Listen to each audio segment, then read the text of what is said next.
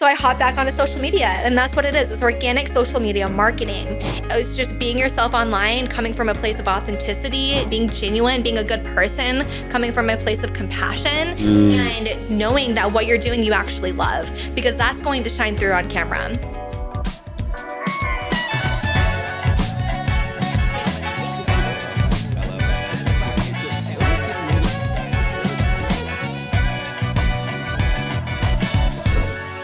What's going down, everyone? From the Liftoff Experience, new podcast sponsored by Liftoff Agent, and we're going to put it in here.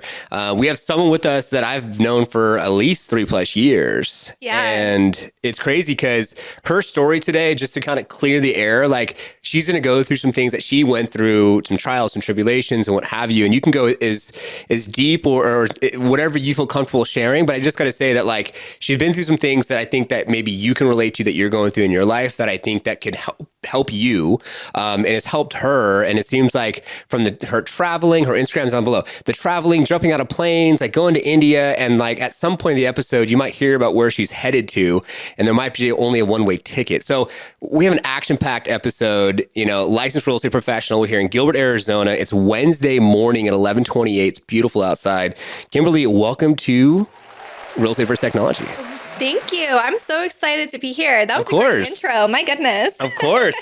No, it's crazy. I watched your journey and you getting on YouTube, and Joshua Smith actually was on the podcast. I know he's here locally. He's never been in person, so we might have to, get him on the show. Who knows? I know he's a busy guy. He is a busy guy. Yes. He's actually a partner of mine as well. So awesome. Yeah, he's my mentor, real estate coach, now partner with EXP. So he is absolutely incredible. So if you can get him in here, that would be awesome. Yeah. But yeah, you reached out to me a few years ago, and it was probably, I think I told you when we first walked in, that was probably one of the most challenging time of my life when you reached out for me to be on the podcast then. And I was like, man, I am not in a headspace to be able to do this yet, but I'm excited to be here and to share my story and my experience. I think a lot of people, like you said, can relate. So. Yes. I think anyone out there, who's listening and viewing, at the end of the day, like, life happens. Life happens. You know, and it's how you bounce back. And I think that a lot of times with life is that the hardship, the challenges, the struggles are the things that give us the contrast that we need in order to grow. Because when things are just rainbow and sunshine and everything's good, you know what I'm saying? Then how can you grow? Because you're just enjoying your life and everything's fine, which is fine to have that to a certain point. But I don't know about you, Kimberly. I know for me, and I don't know about for you out there who's viewing and listening, I love to be challenged. Yes, I love to be challenged. I do not like it when life is consistent. Mm-hmm. Consistency is great, right? We need consistency. Amen. But when life is going like this 24/7 all the time, something's got to change. Yes. And if it's going like this, you're usually not happy, you're bored, you're in a suffering mindset, suffering state of mind. Yes. So, you're right. When challenges happen and life gets a little bit more difficult, you're just about to level up. That is exactly what you need. That's exactly the type of push that we need to do. And when bad things happen, I don't even want to say there's bad things, but when obstacles come into your life, you're right. You have that choice. Do you want to sit in that suffering state of mind, or do you want to be able to learn from that, learn from those emotions, learn from those actions, and then grow through it? Yes. That's all that matters. It's what you do with those life obstacles, with those challenges, those traumatic situations in life. And that's how you're able to then plan out and live your future, plan out your destiny. I love that. It's crazy. Like in association too, it's one thing like the challenges, tribulations, what you go through to get through to the next step of life, and what you take from those situations to apply to be able to grow. And then also association, the fact that you're connected with Joshua Smith. And I know he also is the same way, loves to be challenged through so many things as well. And the fact that you guys came together as partners, like, congratulations to both of you guys. And how is that like to be with someone who probably pushes you pretty hard, I can imagine, or gives you perspective and challenges you? It's honestly one of the best things on, like, I owe Josh everything. Really? Much. Yeah. I say, a lot of my success is because of him. He's the one that helped me start my YouTube channel. He's the one back in 2020. He was like, hey, these are the steps to take. Here's a desktop. Here's a new GoPro. Here's really? He was like, go for it. He's like, create all of this. And I was like, perfect. And I Wow. went ham on it, and it was great. And so, yeah, no, working with someone like him and having a mentor, having a coach, having a partner like that, you are who you surround yourself with. Amen. And no matter where you're at in life, no matter what direction you're going in, no matter what business industry you're in, Yeah. having someone that you can look up to, someone that you can rely on, someone that you can learn from, that is the most important part. Having someone you can learn from. Yes. That is going to make all of the difference in the world. Dude, amen. I love that. And it's crazy to think too, from the perspective of like, he saw something in you that maybe you didn't see in yourself at the time, but he saw, I can imagine, like the charisma, the will, the want, like the fire that he's like, let me pour some kerosene on this fire. I know she has it in her. If I just give her these things, so there's less barrier to entry or less barriers to failure, because who's out there can relate? I don't have this, the camera, the mic, my eyes, my hair, whatever. All these excuses we make up because we don't want to move forward. And he just said, nope. Here you go, girlfriend. Here you go. Yeah. He was like, here you go. Have at it. And I was like, wow. And it's so funny. It's like, I didn't have my own place. I was still living with my mom. I'd brand new into real estate. Okay. I was coaching gymnastics for about 10 years. At that time, I had just left. And I was like, what do I do? And I knew, because of my modeling and my acting background and my ballroom dancing background, I was really good on camera. I was like, okay, let me figure out how to monetize this. How can I use this in my business? And Josh was like, have at it, and I was on Instagram and everything at the time. And, him just being like, giving me those tools, it took away all of those limiting beliefs. Wow. Instantaneously. And then all I had to deal with was what was in my own head. Yeah. Okay. With the emotions that I have, with the negative comments coming in on YouTube and on Instagram, and from friends and family that are like, oh, I've had people tell me when I first started, they're like, oh, Kim, you're not going to be able to grow your real estate business on YouTube. And I was like, watch me. And that's exactly what I did.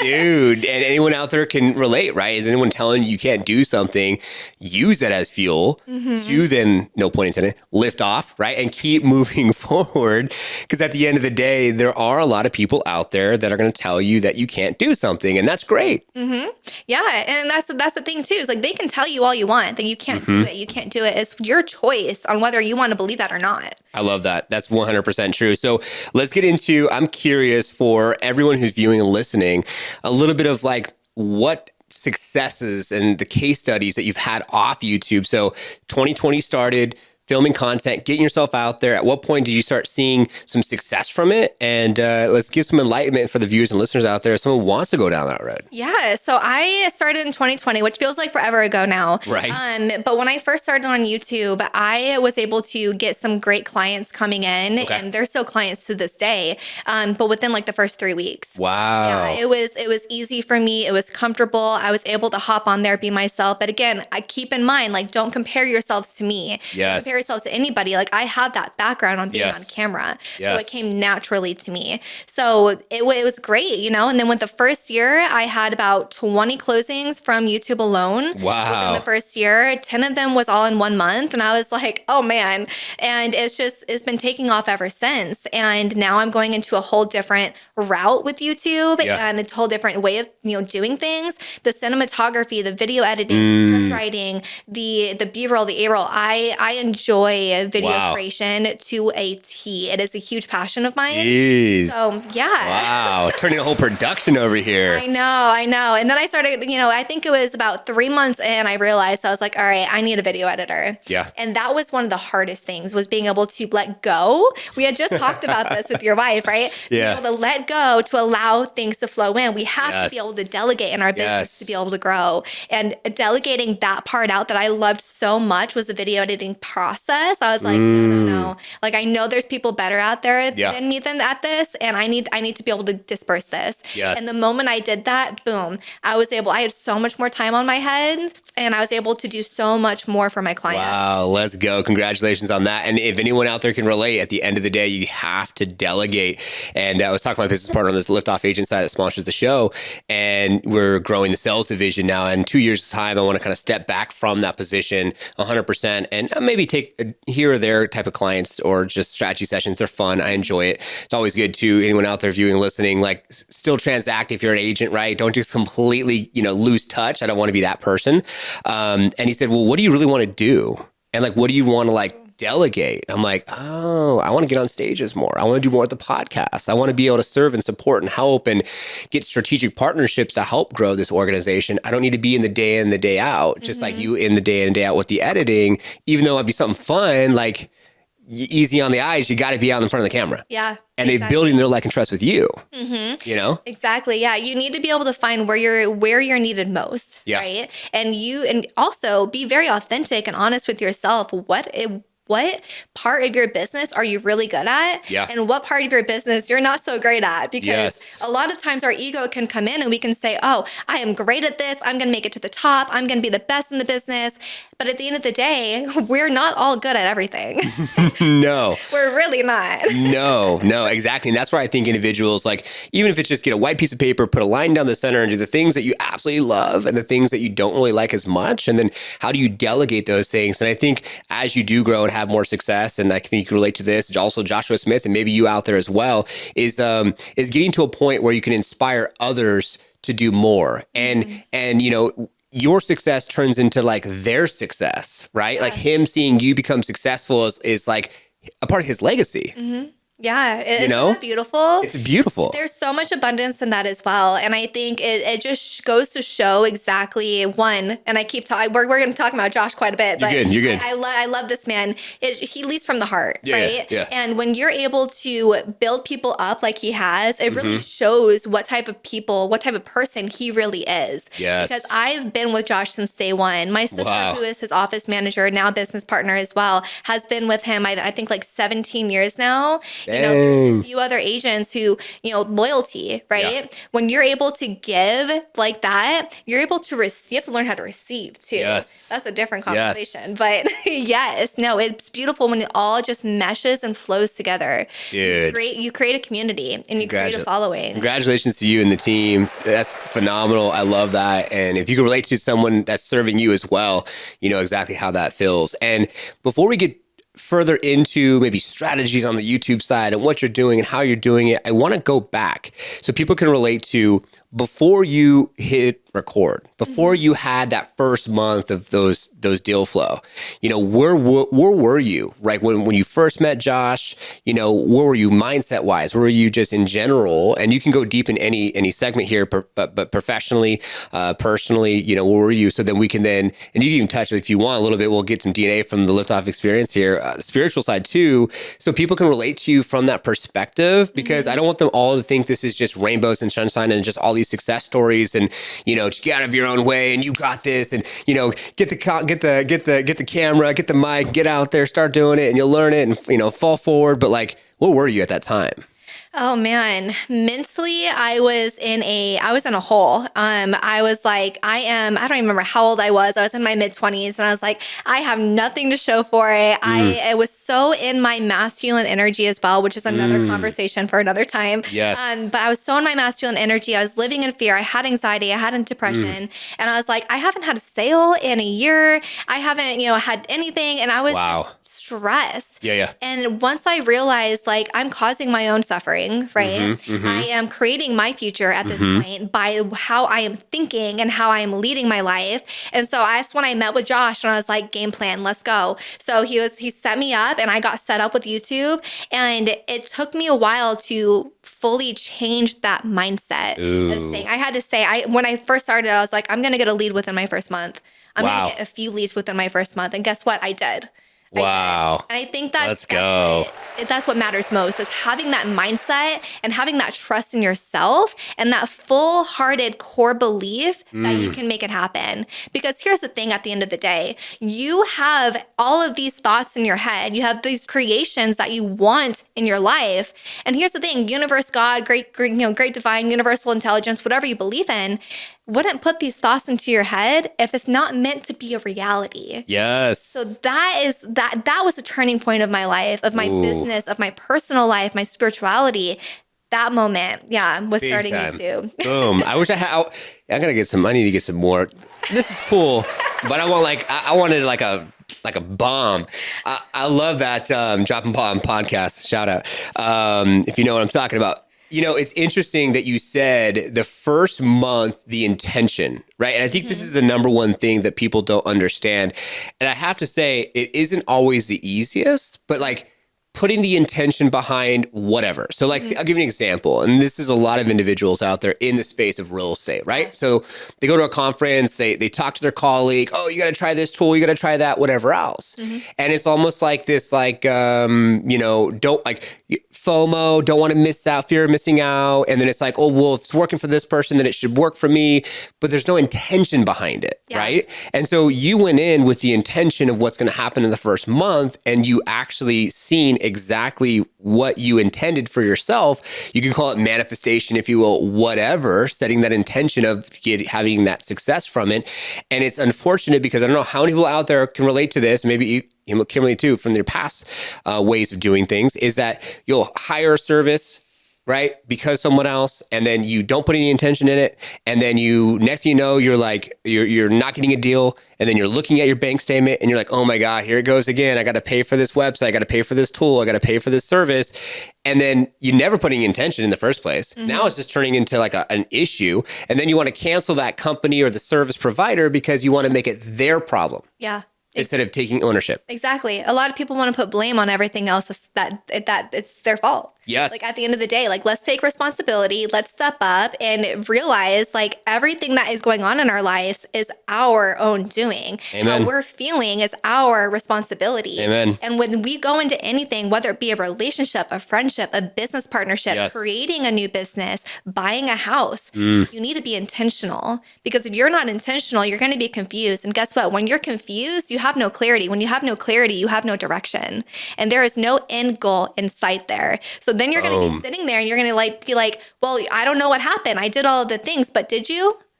You have to ask yourself and be honest. Did you really? Yes. Or did you just go into it because all these other people said that these were the things that you were supposed to be doing? Buy this service, do this. Tony Robbins said, do that. Joshua Smith, do this, right? Like all of these people are saying this, but are you doing exactly what you feel like you need to be doing? And are you intentional with those actions? Not only your actions, right? But your thoughts and your words, your feelings. It all is the same thing. It's all aligned. I love that. I love that. Let's take some massive action right now. If you're watching on YouTube, put down in the comments below, or maybe could be a short clip here on Instagram.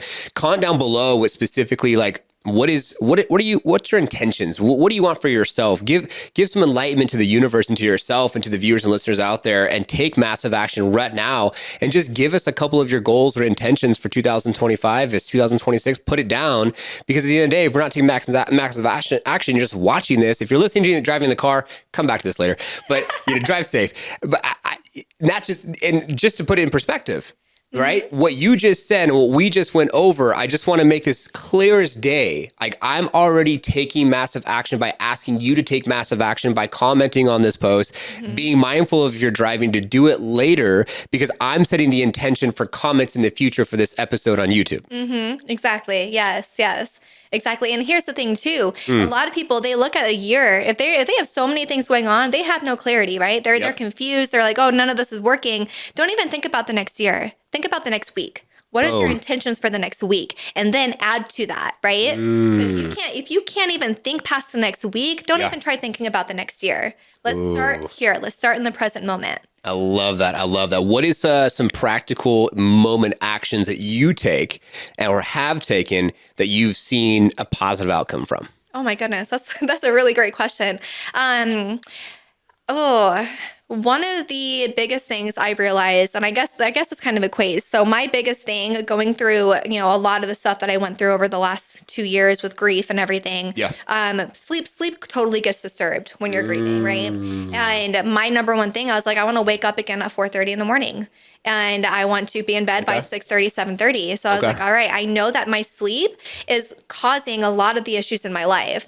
And it's making me sick. I'm not able to focus. Brain fog. With grief, you have that brain fog anyways. And so over the last few months, I was like, all right, this is intentional. Come January, I was like, I'm waking up at 4:30 in the morning. That's exactly what I did. Wow. And now I am. I'm in bed by like 5:30 p.m., 6:30 p.m. And I'm up at 3:30 with no alarm. So intentionality. And then I was like, okay, now that I have that, I'm going to add my morning sadhanas, which is meditations as a spiritual practice. So now I have my meditations and my yoga and my breath work first thing in the morning before the sun is even up. And that sets me up for the rest of my day. Boom. That is awesome. Congratulations on that. Thank you. I'm right there with you. It was probably, when was it? This is like 7, 8, 9, maybe 10 years ago. Probably not that long. Yeah, maybe it was that long. Wow. I remember because I used to set alarms. You out there can relate to this, setting alarms. And so here's a hot take. And setting alarms, right? And then you're like, oh, the alarm clock, whatever the case may be. But then I got to a point where I did exactly what you said and just set the intention to wake up at a certain time. Boom, it happened. And I could tell myself before I go to sleep when I want to wake up. And it happens every single time. I don't know about in the morning for you. I like 3 hours. So I do that. I was doing the Wim Hof. Now I try this other breathing technique, red light therapy. I have a panel in the gym there. And then the cold, the hot, the gym, the cardio. This morning I got the compression and they had this like vibration machine or something. You stand on it. Oh, I love that. Those are pretty cool. Like a PMF machine almost. I think so. It was like you stand on it and you have different things and it like vibrates your whole body and gets everything circulating or whatnot. But yeah, I like 3 hours first thing in the morning. I don't know what you're like. How much does it matter in time for you or? I've about 3 hours. Yeah. That's. I love having a morning routine and obviously a nightly routine as well. About 3 hours. Yeah, I wake up at 4:30. Obviously, I don't get out of bed right away. You know? Yeah, take your time. Yeah, take my time. I don't even have an alarm set anymore. I'm just up and I'm like, oh, I'm awake at 3:30 in the morning. Cool. Okay. And it's wild, but no, yeah. Then I do my meditations, my breath work, my yoga, and it's beautiful. I love it. Yeah, I love it. 3 hours. And it's interesting too, because I think that like, you know, you see that book behind the camera, the $100 Million Leads with Alex Hormozi? And his philosophy is that like the morning routine, just cut it out, just get straight to it, which there is some merit in that. And I do believe, and I feel that after COVID and what have you with that, like people started to open up and they started like, and you alluded to like the masculine, right? And right now we're going into the feminine, and like that's a total different conversation, and hence why for viewers and listeners out there, like, what's this liftoff experience? That's why I'm going in that direction to hone into the feminine more and to be open to deeper spiritual type of conversations, because there is something to be said about, say, having that morning routine. Case in point, yesterday I'm talking to a brokerage in Benicia, California, 250 agents that are going to work with us here at Liftoff and our sponsors of the show. And so I'm, closing on a listing, have all this stuff going on. We have taxes, all the things. Wife and I just get done from lunch and I'm a little fragmented. I'm not going to lie. And I don't know, hey, y'all out there, if you own brokerages or teams, like get clear. Yes. There's some teams out there and some brokerages that like there's not clarity. And then when there's no clarity, it can get real messy. And then, you go into a meeting and then it's just like, okay, here's the operations manager. Here's the broker owner. Like no context. Did you talk? Did you not? Did you look at the recap video that's already filmed or the agreement that I was already sent? And long story short, if I didn't have the morning routine, case in point, then I wouldn't be able to ground myself and be more in the feminine and come from love instead of like blowing up in the masculine, which I would have done just 4 or 5 years ago, and went to a total different stratosphere with the conversation, because people sometimes get under my skin, especially when it comes to like SOPs and KPIs and like business practices, and they're not like that next level, but not everyone's like that. So I get it. But the morning routine, I think, is good to be able to be grounded throughout the day as well. Would you agree? Absolutely. Yeah. That's exactly what I was getting into. And another thing with that too is like you said, you get that irritability, right? Yeah. So a lot of spirituality and just being in an enlightened state, being in a joy state, being in a state of just a mental, spiritual, emotional, physical state of unconditional love. Yes. That is, it all goes back to our heads, right? Ooh, and yes. mental state, right? Yes. So yes, our morning routine sets us up to be able to take on the day, to be able to get our brain in a way, in a calm mind, right? Yeah. A state of unperturbed calm, which is how we want to be in every aspect. Because then we can handle situations like that. We can handle a car crash if we get into an accident, right? We can handle a listing blowing up, or a client yelling at you over the phone, or your kids are in an accident in their sport or something. Yeah. When we're able to be in that unperturbed state of calm, we're able to then live a life in an enlightened state, coming from a good place, for a place of compassion with everything. Yes. So that is, being in a balance of your masculine and feminine energy. Is accepting both. When we're in our masculine, especially for females. Yeah. When we're in our masculine state so much, we are wired. We are hungry. We are just kind of crazy, honestly. We try to be controlling, anxiety, all of this plays into it. And we don't have that balance. When we have that balance, we are then calm. And males too, you guys have that balance. We all have that state and that capability of being able to be there, have that mental state. So yeah, that intentionality. I agree with what you said in the book, but at the same time, like, finding that balance. We're at a state and age where everyone's awakening and we're all seeing things in a different way and we're all feeling things in our bodies in a different way. Yes. And spirituality is becoming more of a lifestyle, and people are not necessarily a lifestyle. I don't even want to call it that. It's not even a trend. Yeah. But people are becoming more aware of it. Yeah. And I think that's beautiful. Oh my God. It's absolutely amazing. I just have to say it's, the last past 3, 4, 5 years, give or take, definitely a huge shift personally in my world. And that's where I feel like the things that you can do and just, I guess we'll put bookends on this segment when it comes to morning routines is like the things that you could do from the perspective of taking care of self first also will heighten that state of awareness when you do things like cold plunge and you put your body under that stress or cardio or the gym or sauna, infrared, whatever, yoga. Yoga is not easy. I tried that. I was like, holy cow, this is actually pretty hard. So yeah, it can be, right? Depending, I guess, the one that you do and what have you. But it's good because it does give you a different state of awareness, and it gives you that opportunity to be able to be grounded throughout the day. And yeah, I love that feedback. I think that's good. And I also want to make sure I press upon the fact that like some people, and I understand, just to like clear the air, Alex Hormozi was just saying that like you don't need to have this crazy morning routine because that equals your success per se. It's just the morning routine. You could cut that out to get straight to work, to manage, get past that time of waste, and if you have bills to pay or whatever, you're stressed out. But the morning routine just enhances your just overall awareness, I feel like, just as a person. Yeah. No, I do agree with that. Yeah, your morning routine, I think, it sets you up for the rest of the day. Yeah. I mean, I've been there where I literally would roll out of bed and I'd hop on my laptop and start editing a video and start working. And man, I lived that life for months. Wow. And I got myself sick, So I don't know. I haven't read Alex Hormozi's stuff. I don't know much about him. But some people could do it. Some people can do it for a short amount of time and then they burn out. And I mean, to each their own. Do what you feel is best for you. Listen to your body. Listen to exactly what you're feeling inside, and then create your schedule along with that, with how you're feeling. I mean, that's at the end of the day, like, you listen to yourself, and that's what matters most. I love that. And don't succumb to suppressing those emotions or feelings with any type of substance. Yeah. Substance or addictions like phones, social media, traveling. You're just like, hey, I'm leaving the country again. Bye. I'm like, all right, peace. Like, we'll get to that here in a minute. I know. There's all kinds of ways where you can repress and suppress those emotions. Yeah. I love that. Okay, cool. So let's get into, for this segment, a little bit more of the technical side and how it works for someone out there that wants to say, okay, I want to put more intention in this vertical. One thing that on Liftoff Agent side, I would say about a year and a half ago, we launched our scale up plan, which has full scale video editing and thumbnails and copy and all that type of stuff. And so now we're helping and serving more. We just had Adam Hancock. He did like $500 million off YouTube. Crazy independent broker, Florida relocation guide. We're doing a webinar next month with him, and he was just on the Liftoff Agent YouTube channel. We just did an hour just conversation about what he's done.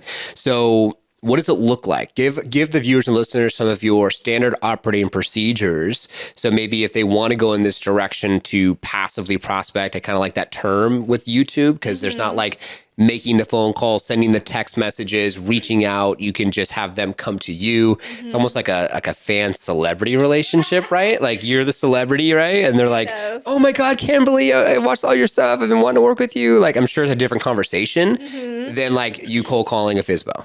Yeah. First of all, know that you want it. And if you're comfortable with it, right? So a lot of agents, they see agents like me and all these other agents who are doing really well with YouTube, right? But here's the thing, you can't force yourself to like something. If you force yourself to like something, you're going to burn out. Josh tried getting me to do cold calls, and we sat down, we mastermind, we planned on it. Oh and my God. I did it for about an hour or two, and I was like, nope, sorry, Josh, I can't do this. So I hopped back onto social media, and that's what it is. It's organic social media marketing. And it's just being yourself online, coming from a place of authenticity, genuine, being genuine, being a good person, coming from a place of compassion, and knowing that what you're doing, you actually love, because that's going to shine through on camera. So when you are able to hop onto YouTube, TikTok, Instagram, Facebook, even LinkedIn, there's some agents out there that are hopping on LinkedIn now, and I'm like, wow, this is epic, Yeah. Make sure you do it from a place of you're actually wanting to do it, and not from a place of, oh, I'm going to make this much money from YouTube. Some people can do that. It's great, but that's not a lasting effect. You have to actually enjoy it. And so that is my first biggest piece of advice. Second piece of advice is just hop on the camera. Get out of your head, get out in the field, get out of your head and get out in the field. And it's good enough to move on. Gitmo, right? That's what me and my team, we say all the time is Gitmo, just Gitmo. It's good enough to move on. You're on camera, cool. Guess what? Your next 100th video is going to be 1,000 times better than that first one. You're going to suck at first, probably. I did. Look at my very first YouTube videos in 2020, man. Links down below. Yeah, links down below. Beware. But you're going to suck at first, and you have to be okay with that. And everyone's going to be okay with it too. I think we all judge ourselves a lot more than people judge us. Ooh. And that is something that we need to keep in mind. I love that. It's so true. If you don't love it from the beginning standpoint and you're doing it because you're thinking that you're just going to make a quick buck, it can get very arduous. And that's why I think that individuals out there, you need to make sure that you're doing it because you love it. And so personally, I have 2 videos go out each week on YouTube, and it's frustrating, and it's 150 videos now plus, and it's niche. It's specifically for one target demographic, and you don't always get all the views, and so you get down on yourself, and you're like, what's going on here, right? And then on top of that, you got to think algorithm, thumbnail, copy, title, what's trending right now. It is a process. So I'm not saying that to discourage you, but no discouraging here. But it's just part of the process, right? And you have to accept that. And so now what are you doing as far as 1 video a week, 2 videos a week? Are you storyboarding? I know you said you've now nerded out quite a bit. You're talking about A-roll and B-roll and these different terms that maybe someone really doesn't understand. So what does that look like now when you produce a YouTube video? Oh man. So when I first started, it was just me sitting in front of a camera just like this. And I would talk about certain cities and locations in Arizona. Okay. And now I love the drone footage. My whole process, you want to know it? Oh, let's go.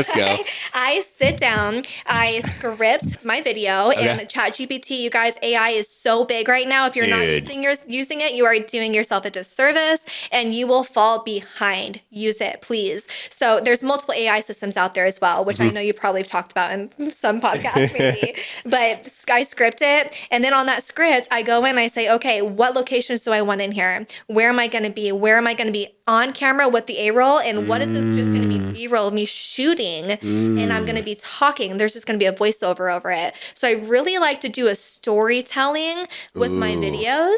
And then after I do that, then I upload, everything upload it to my video editor. Okay. And then they edit it. And then at that point, I'm like, all right, what else can I add in here? And do I need to add more voiceovers? What can I explain a little bit more in detail? And then I have them re-edit it and I have them revise it at least 2 to 3 times.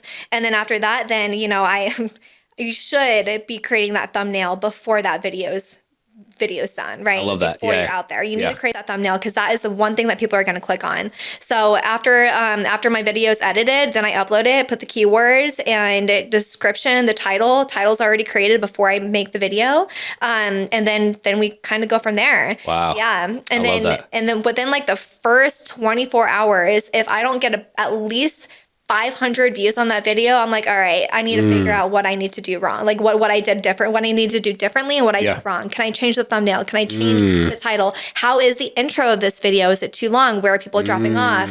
Yeah.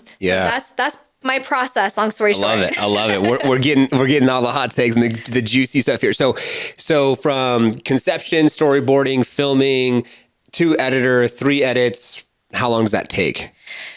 Oh man, when I first started this process, it took me about like 72 hours to be able, and that's just, game planning it. Going out and shooting on location is what took the longest. Okay. And that took about a week or two. Got it. For each video. Okay. And I would shoot about 3 to 5 videos within this time frame as well. So if I'm going out and shooting a video on Gilbert, I'm getting all the B-roll and A-roll that I need for that video. And then guess what? Where am I passing on my way to Gilbert? I'm passing Scottsdale, I'm passing Tempe, I'm passing Chandler. So I'm going out and I'm grabbing as much content as I can in those cities as well. Yes. Because our time, when we're driving in Arizona, it takes about an hour to get from one side of the valley to the other. Yeah. I want to use as much time as I can to get as much content as I can, because I don't want to be back out here tomorrow.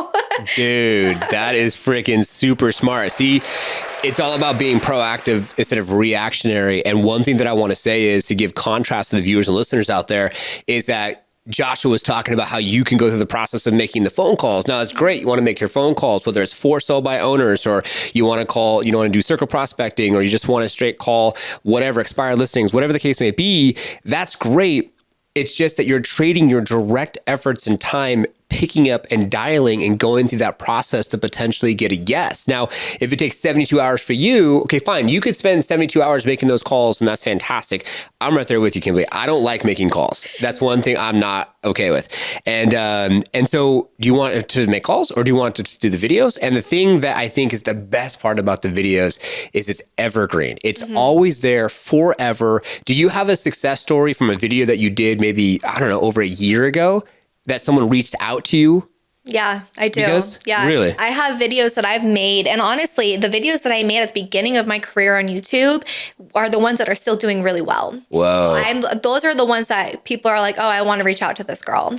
And honestly, the videos that I'm doing now, they're great and everything, but I feel like I was more myself at the beginning of my videos and my very first videos on YouTube. Yeah. But I do, all of my clients, I'm like, hey, what videos did you find me on? What videos did you watch? I always want to ask that, so that way I also know, one, where they're coming from, what they're liking, what videos are they watching and creating that long watch time. And then I also want to recreate that in the future. Yes. So yes, every single one of them, it's always the same videos over and over again. I'm like, perfect. And if you go on my channel, you'll see what videos I do more of, because my clients like that type of content. Those are my ideal clients that are coming in. Wow. I love that. See, and that's the thing with making phone calls. Like, yes, you have could be Mojo Dialer. Yes, you could have your CRM system. Yes, you can go through the process of being able to get some data and analytics. And I love the analytics and the data that you can get from YouTube. Going into the back end, looking at the analytics, looking at the data. Now they even have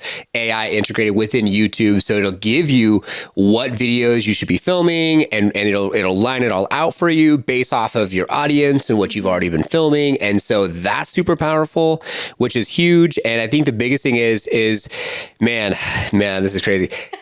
Y'all got to take notes here, because you literally are singing sweet sounds to my ears just because of the fact that, like, the sponsor being a company that wants to help innovate this industry, like, you are the model of what we preach. Wow.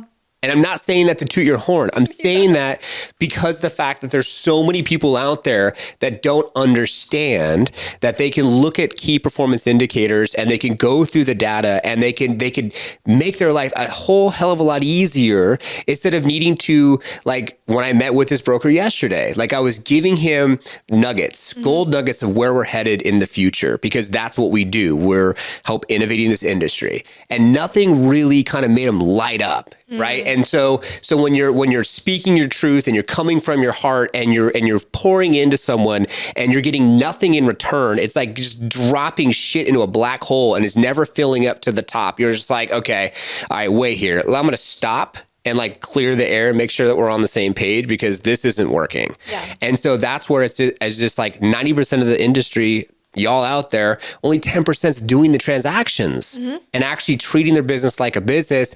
And because you treat your business like a business, because you're looking at these key performance indicators, what has that done for you in your personal life? Oh man, it's allowed me to to be able to grow in so many incredible ways. Yeah. When I'm able to treat my business as a business and look at those key performance, just the algorithm, the analytics, the watch time, like everything in between, how well the thumbnail is doing, like all of that, man, like we have the numbers set out for us. Everything is there on YouTube and even on Instagram now too. I think TikTok has a great analytics page as well. I'm not fully on TikTok, but I don't know any other lead gen source that you're able to be like, oh wow, this is working, perfect. I'm gonna keep doing this. I mean, I love that. And it's great. But for me, being able to see all of that, I'm like, all right, cool. All of that's good. I have so much more time on my hands. I don't have to worry about this. I don't have to stress. I am good. And I've been able to create a life for myself that is absolutely, it's my dream life. Everything, like I said at the beginning of this episode, everything that I've dreamt in my head, I'm making my reality. Wow. Because I've been able to, one, trust the process, and two, trust myself. Wow. And that's where it all comes. That's where it all boils down. That's awesome. I love that. Yeah, I think a lot of individuals out there, and this is you, like there's something to be said about the psychology of trading your time for money. And because of the social and economical construct that we live, right? We've all been indoctrinated into the philosophy that you're supposed to go through, and you're supposed to do what? You're supposed to go to school, and then you get your degree, and then you do your career, and then you meet the love of your life, and then you get a dog, and you have an apartment, and then you get a house, and then it has a white picket fence, and then you have a baby, and then maybe that house isn't big enough. So then you get the bigger house, and then you have your retirement, and then maybe you get a travel trailer, and you do a little traveling, and it's all been set up as this specific type of way that things need to be. Yeah. And so until you all understand that you're in real estate, if you're listening to this, maybe you're a small business owner, you're inspired, or someone that you love Kimberly, so you're listening to this episode. And so like you have to ask yourself, what are you committed to Life by Design? And do you want to have it be that way? Or do you want to shift it up and be a cycle breaker and do something different? Exactly. Be a cycle breaker. Yes. Where's the fun in living in conformity? There's no fun in that. There's boring, very little growth, right? Yes. And this may tick a lot of people off, but it's true. I mean, with real estate and owning a business, you have to be able to want that change. You have to be able to step out of your comfort zone. You have to be able to push yourself a little bit more every single day. Amen. And that is how you're going to create the life that you want. Again, if it's in your brain, it is able to become a reality. And people need to start thinking about that, especially in today's world when everything is so easy to grasp. We have so much knowledge at our fingertips, and you have so much room for growth and opportunity, for education, for connections, networking. Hello, we're sitting right here on this podcast right now. You have to be able to just take it. Yes. Just do it. 100%. And this is the first time we've actually been able to like have an actual meaningful conversation, a sit down. We've never met each other in person. It was online, a little bit of liftoff, a little bit of the podcast, a little bit of like, there's something to be said about attraction and vibe, right? Your vibe creates your tribe. And so, that's obviously inherent.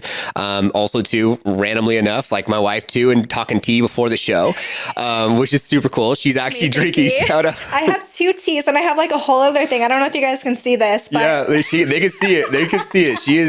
She is zenned out over there with some red Zen tea. Yes. But no, I 100% agree. And it's interesting because speaking of cycle breaker, like we are house hacking as we talked about before the show. And so, we got a note on the door, whatever. And they wanted to see what's going on. Like the neighbor thought we're throwing septic out to the front of the house into the drain. Like, what? No, it's a freaking just rain gutter.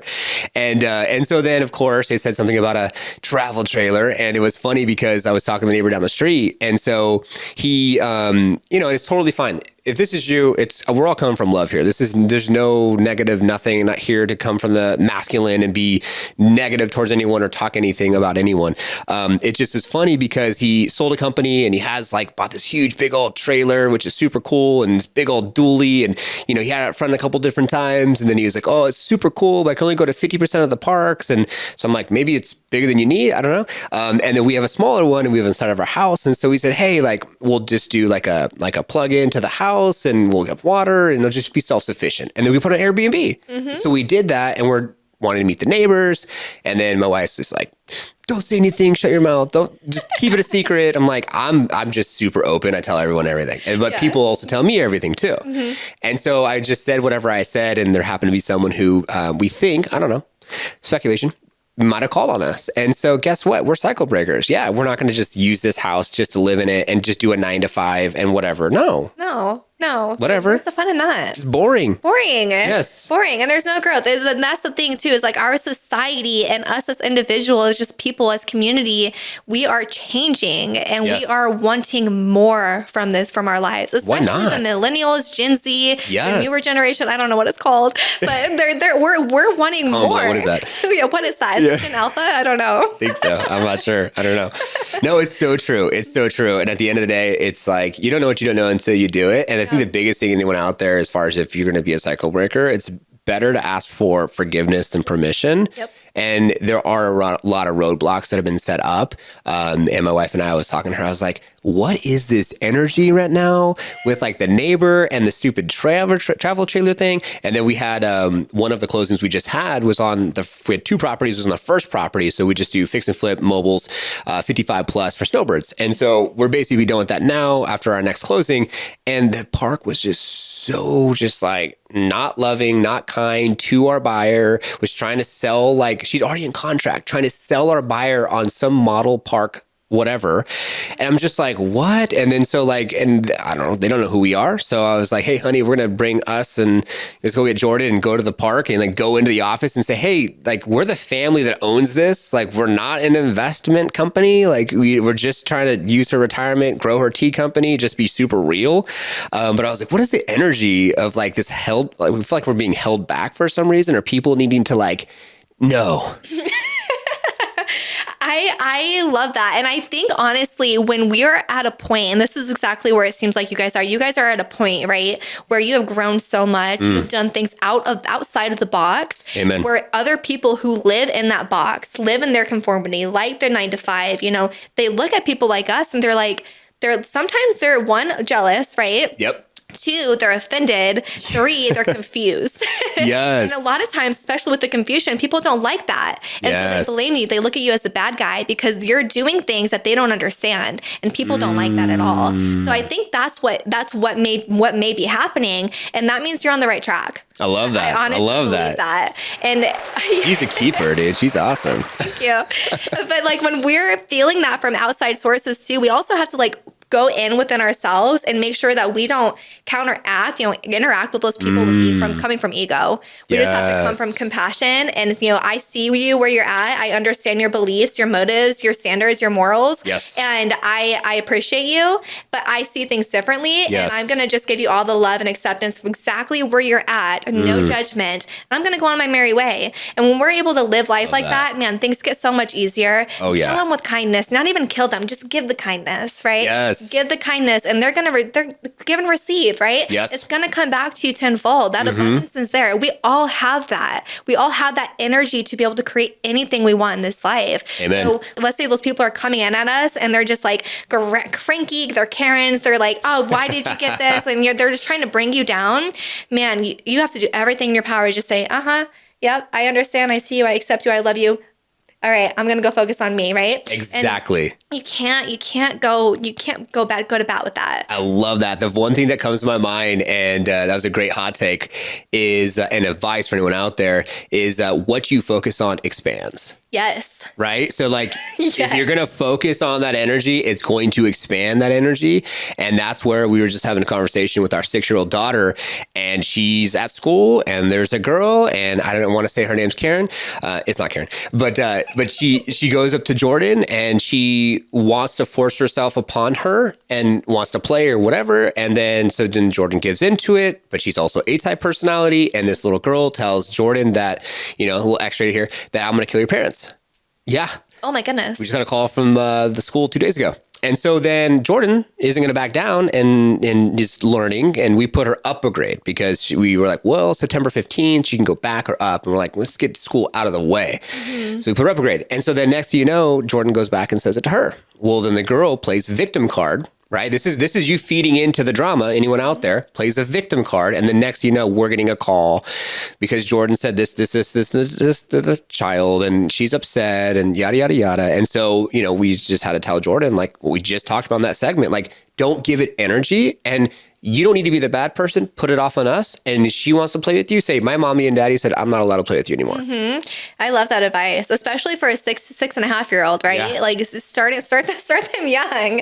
That is so beautiful. And I wish more parents would do that, because that is bringing that energy in, you know, and kids don't understand, you know, they're young. They don't have the life experience that we do. Not at all. Wow. Good for you guys. Thank you. You know, we both were like, what in the world? And so we both were just easy kids growing up, and we listened. We told what to do. We got it done. It was easy peasy. And we're both A-type personalities. So now having a child who's like this, who's very vocal and very matter of fact, and okay, no, daddy, it's your turn tonight. You got to read me a book. And last night was mommy's turn. And so we do the turn thing. And so, and it's like, yeah, it's like, oh my God, but it's good. And it's a challenge. And I think that, you know, for anyone who's viewing and listening out there, one thing that I've been putting out there quite a bit is that those around you are those of the contrast that you need to grow in life. Right. And so if we don't have contrast, then there's no way for us to be able to see things differently in order for us to have more success in our life. That's why having a coach or a mentor like Joshua Smith was good for you, to help you get to that next level of growth. And then, you know, whatever, if you're listening to this and you're hearing something that's resonating with you, hopefully we're giving you the contrast to grow as well. Absolutely. Absolutely. No, I completely agree with that. Having that contrast is so important with everything. And again, it all boils down to that choice at the end of the day, right? I love that. I love that. Okay, so YouTube, crushing it, advice, y'all got that. You went through some hard times that put you onto a different trajectory. You can go follow Kimberly down below. Her Instagram's there. You can see all the things that she's doing. So then you went down this road of just spiritual growth and yoga and traveling and just all these things. And like, what led you into this, and how's it helped you as a person? For anyone out there that maybe, you know, they are going through maybe a transition right now, and they're scared. They don't know what it means, or there's something more, but they don't know what it is. And maybe you giving them some enlightenment can help them through their journey of being able to transcend into that next level of growth or what have you. Yeah. You know, I think when you're going through anything hard and you're feeling fear or you're feeling anxiety or you're feeling depressed, allow yourself to sit with it, because a lot of times when we have those emotions, our instantaneous reaction is to run or to suppress it or repress it. And we tend to close off, or we tend to make some crazy decisions. But allow yourself to sit with those emotions first, and then make decisions afterwards. I like that. But yeah, I mean, when I was going through everything, I think I told you before, like I lost everything, man. Yeah. I lost my older brother. I lost my twin brother. I lost my relationship, my house, my career took a dump over. And if you look at my YouTube channel, you'll see when I wasn't posting for months at a time. Wow. But, you know, during that time, I realized, okay, I need to take a step into myself. I need to step into my body, because I'm not in my body. I am physically like out of my body right now. Wow. With all of these emotions, all of this grief, all of this pain, all of this suffering and this trauma.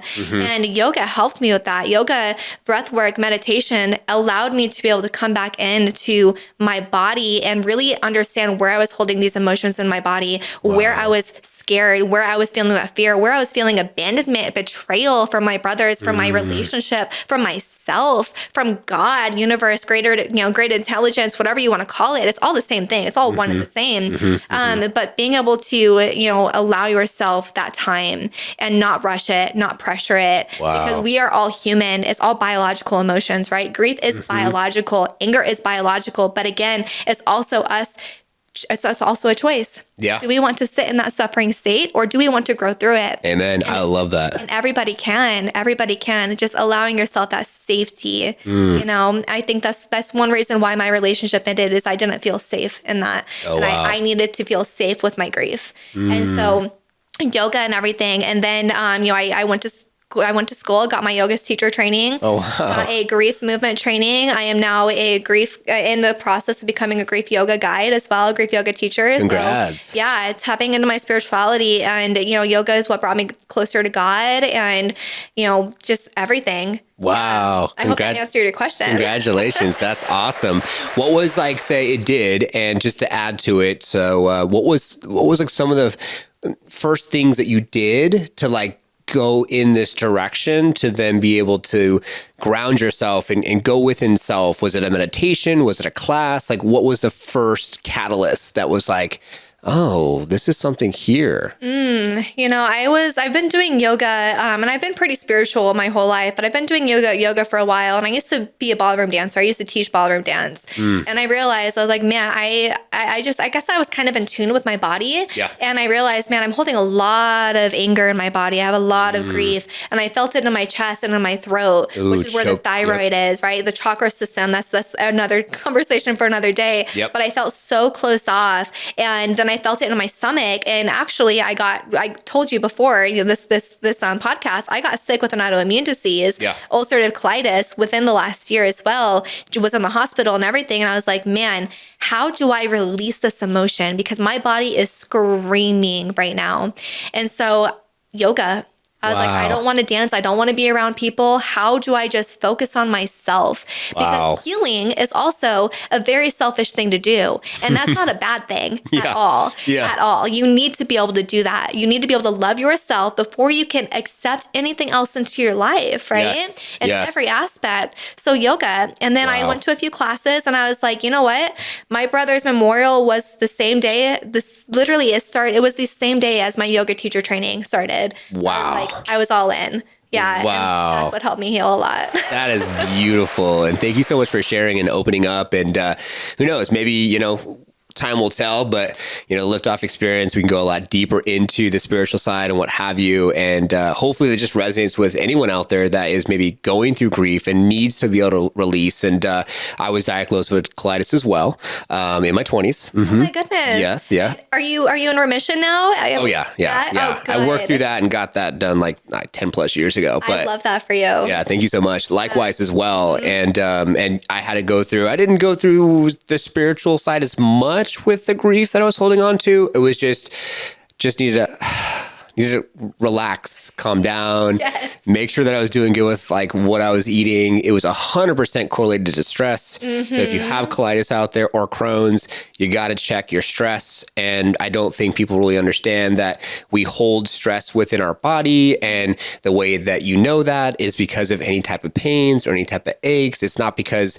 you got hurt in college or football or whatever. Like, we like to give these excuses for a reality that we think is, but really it's deeper than that. And people don't really understand that it's deeper from the perspective of, yes, something that happened to you 20 years ago can affect you in present time. Yeah. And it's inside your body and you have to release it. And my wife deals a lot with the the throat chakra. Throat chakra. Yeah. It's Well, a big thing for her. I can tell too with her teas. Yeah. Yes. It's fascinating too. And you're so right. That stress. And in the entrepreneurship and in the real estate business, man, we have stress galore. And if we're going into, obviously like the masculine, feminine energies, females and males are so different with the capacity that we're able to take on each and every day. Yeah. Because of our hormone cycles are so different. Yes. And that goes into a lot of the play as well. But yes, the ulcerative colitis, that's stress, hands down. Like, that is a lot of stress. Yes. And there's also like root causes. I was told like candida or parasites or things like that. And I was like, you know what? Let me focus on what I can control first, which is my stress. So that's one reason why I went to India. Let's go. We want to have that conversation now. I mean, you can give a little insight into the trip. We have some time. Why not? Yeah, 4 weeks silent retreat, no talking for 4 weeks straight, no phones, no Wi-Fi. I literally it was meditative. It was breath work, yoga for 4 weeks straight, and a completely sattvic Ayurvedic diet as well. If we're talking about, going into and healing that stress, healing any illnesses in the body, and learning from monks for 4 weeks straight. Meditations in the jungle for 6 to 12 hours. Yeah. Middle of the night, because we have that delta gamma brain waves right then. But yeah, that's what put me into remission. Wow, that is freaking awesome. Leaving you all with like a whole freaking stratospheric level at the end of the episode. No, congratulations on that. Like, to take that extreme was probably the exact counter opposite of what you then went through from the other side of the extreme. Yeah. Right. And, it's sad to even conceptualize the thought process that could a loved one make a sacrifice for you to get to where you need to be, so you can then speak existence or truth to others so they can get to the next level of transcendent, because you maybe have never went to this level. If it wasn't for what happened, God bless. We wish no ill will on anyone. And I don't like but, because it mitigates the thing that you said before that. Yeah. And it's beautiful to see that it was almost like a gift they gave you to be where you're at today. Absolutely, 100%. And that's why we have to be grateful for everything that happens to us, whether it be, the worst thing in the world, a traumatic experience, or the best experience on the planet, right? We have to come from a place of gratitude.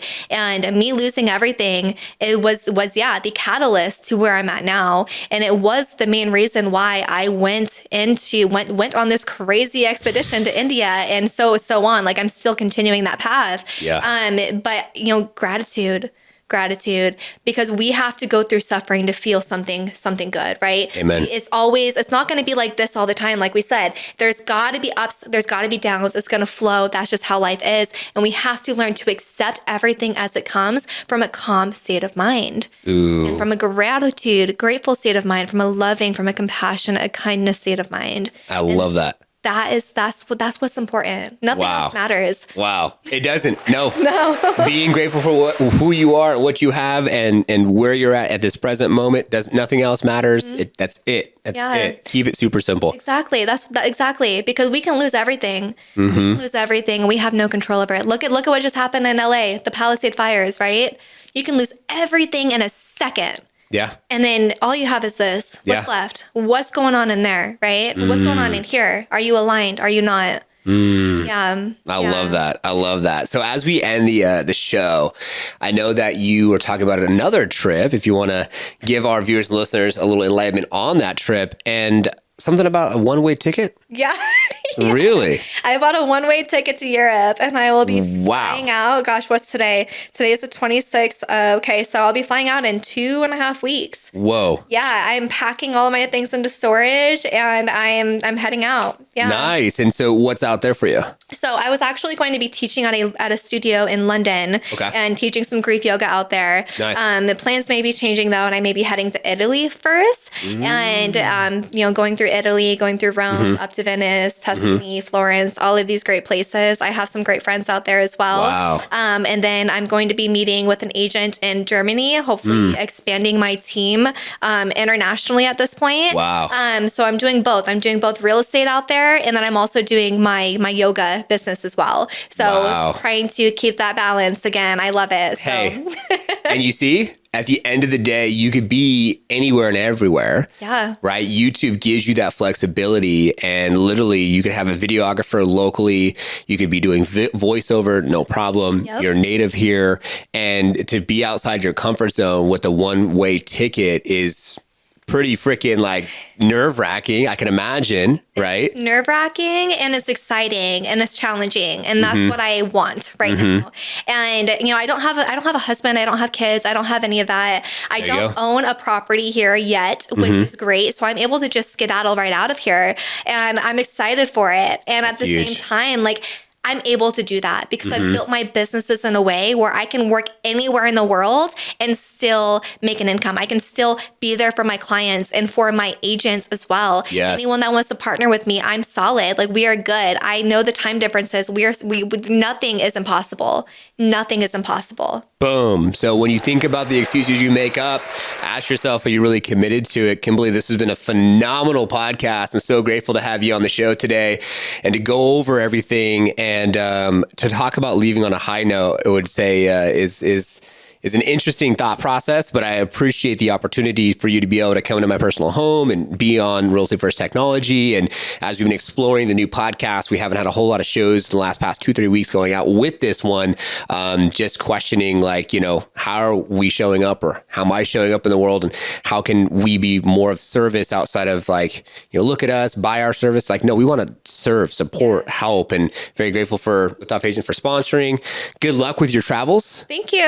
Thanks for having me. Of course. Was a pleasure. Yeah? You enjoyed? Yes. I enjoyed it, yes. And I love what you're doing. I love what you just said, coming from a place of serving. Yes. Right? That is what matters most. Amen. And you guys are doing just that, and I love it. So congratulations. Thank you so much. Appreciate you. Hey, everyone out there, go give this gal a follow. Links are down below. Like, subscribe, hit the notification bell. New episodes on Mondays, but we'll see what happens. We'll keep you on the toe. I don't know if this is the last episode. There'll be another episode. We'll see. But it is our intention for you to take things from our show to apply to your business and have more massive success. Thanks so much for tuning in, and we'll see you all on the next one.